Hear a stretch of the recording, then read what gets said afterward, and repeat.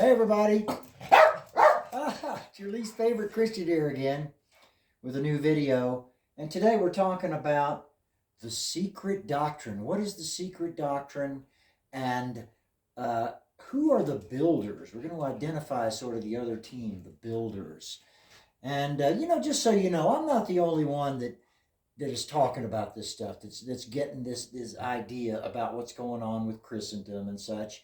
And so there's scholars like this is Tom Wadsworth. I've already talked about him in earlier episodes.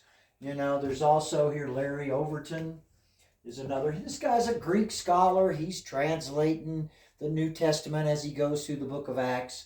And we're seeing the same kind of thing, which is ultimately that the New Covenant abolished all kinds of religious activities. So there's no more house of God. There's no more worship, in that kind of sense, like any kind of rituals and robes, sacrifices, priests, temple, holy places, holy days, all that stuff was really abolished by the New Covenant, which is that the way we live our lives with the help of the Holy Spirit, our righteous lives, is our worship, right? The way you live is your worship, not any kind of ritual or singing or getting together on any kind of holy Lord's Day or anything like that. And so really that's sort of what's going on with this whole series.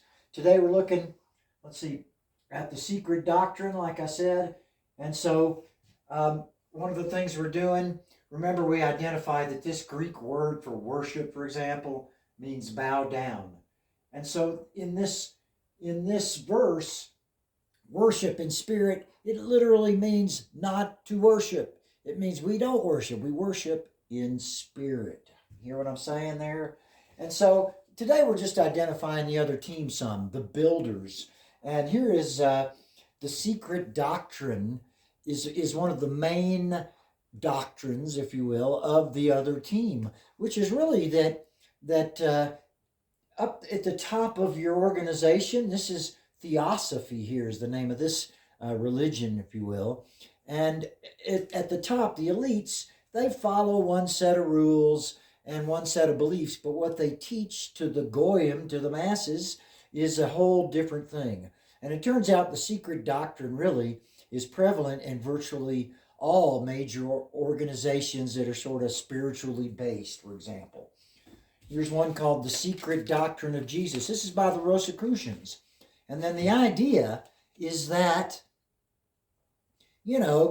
Jesus taught a secret teaching to his disciples while they taught a whole different teaching to the masses. And so, that's another principle of the secret doctrine. Here we go, the secret doctrine of the Rosicrucians. Again, the idea really is that you've got permission to lie. And this idea, it's in Islam, it's called taqiyya. And it's that you can lie or drink or kill if necessary, as long as it's for the furtherance of Islam.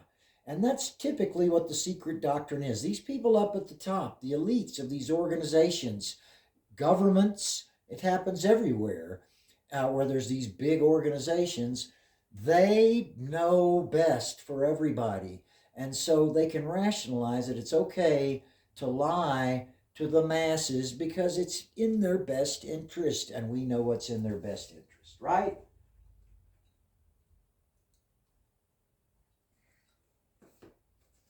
Okay, and then that brings us to the builders, and that's who practices the secret doctrine and teaches the secret doctrine. This is from the Masons, the Freemasons, and this particular book called The Builders was given to every third degree master mason for 50 years or something.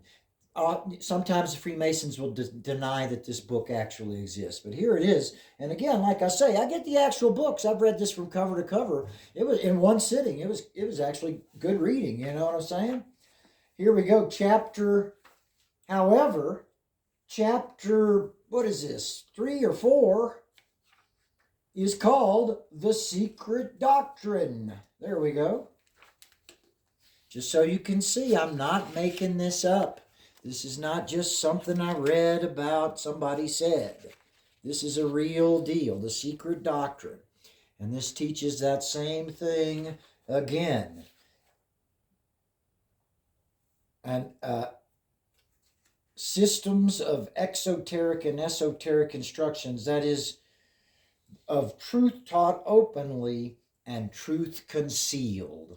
And so this is about secret truths, secret knowledge.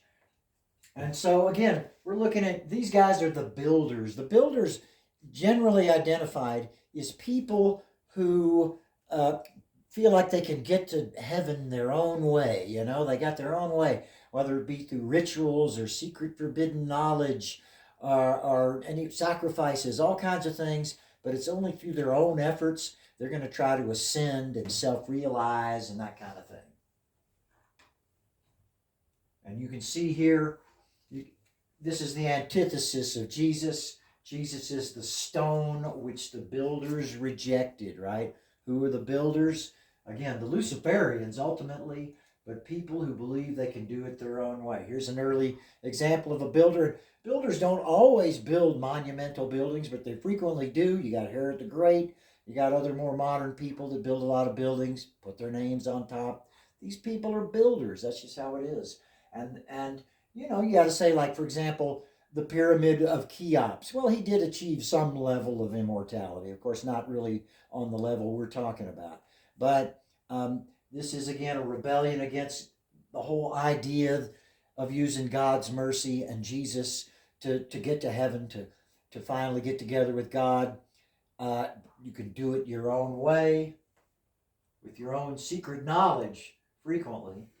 Here's from the Freemasonry YouTube page, and you can see they're using a serpent, and it's all very serpentine. And of course, this whole concept of knowledge as the way to ascension or fulfillment or self-realization, some kind of mystical knowledge, is right out of Genesis 3, exactly what the serpent tempts Eve with in the Bible, right? Here's there it is again, a feeling that in a past life I was someone named Shirley MacLaine. The super secret mystical knowledge is the solution. The only real forgiveness is the forgiveness of yourself. And look how they put the serpent right there. You know, that's exactly what we're seeing. Again, this is like right out of Genesis 3 in the Bible. Now, this is the Capitol Rotunda. And this painting in the Capitol Rotunda is called the Apotheosis of George Washington. The word apotheosis means man becoming God. Oh, look, there we go. He's right there. You can see he's gone up into heaven and on his own power. He was, of course, a Freemason. Now, you know what? I could be wrong about all this. It's possible.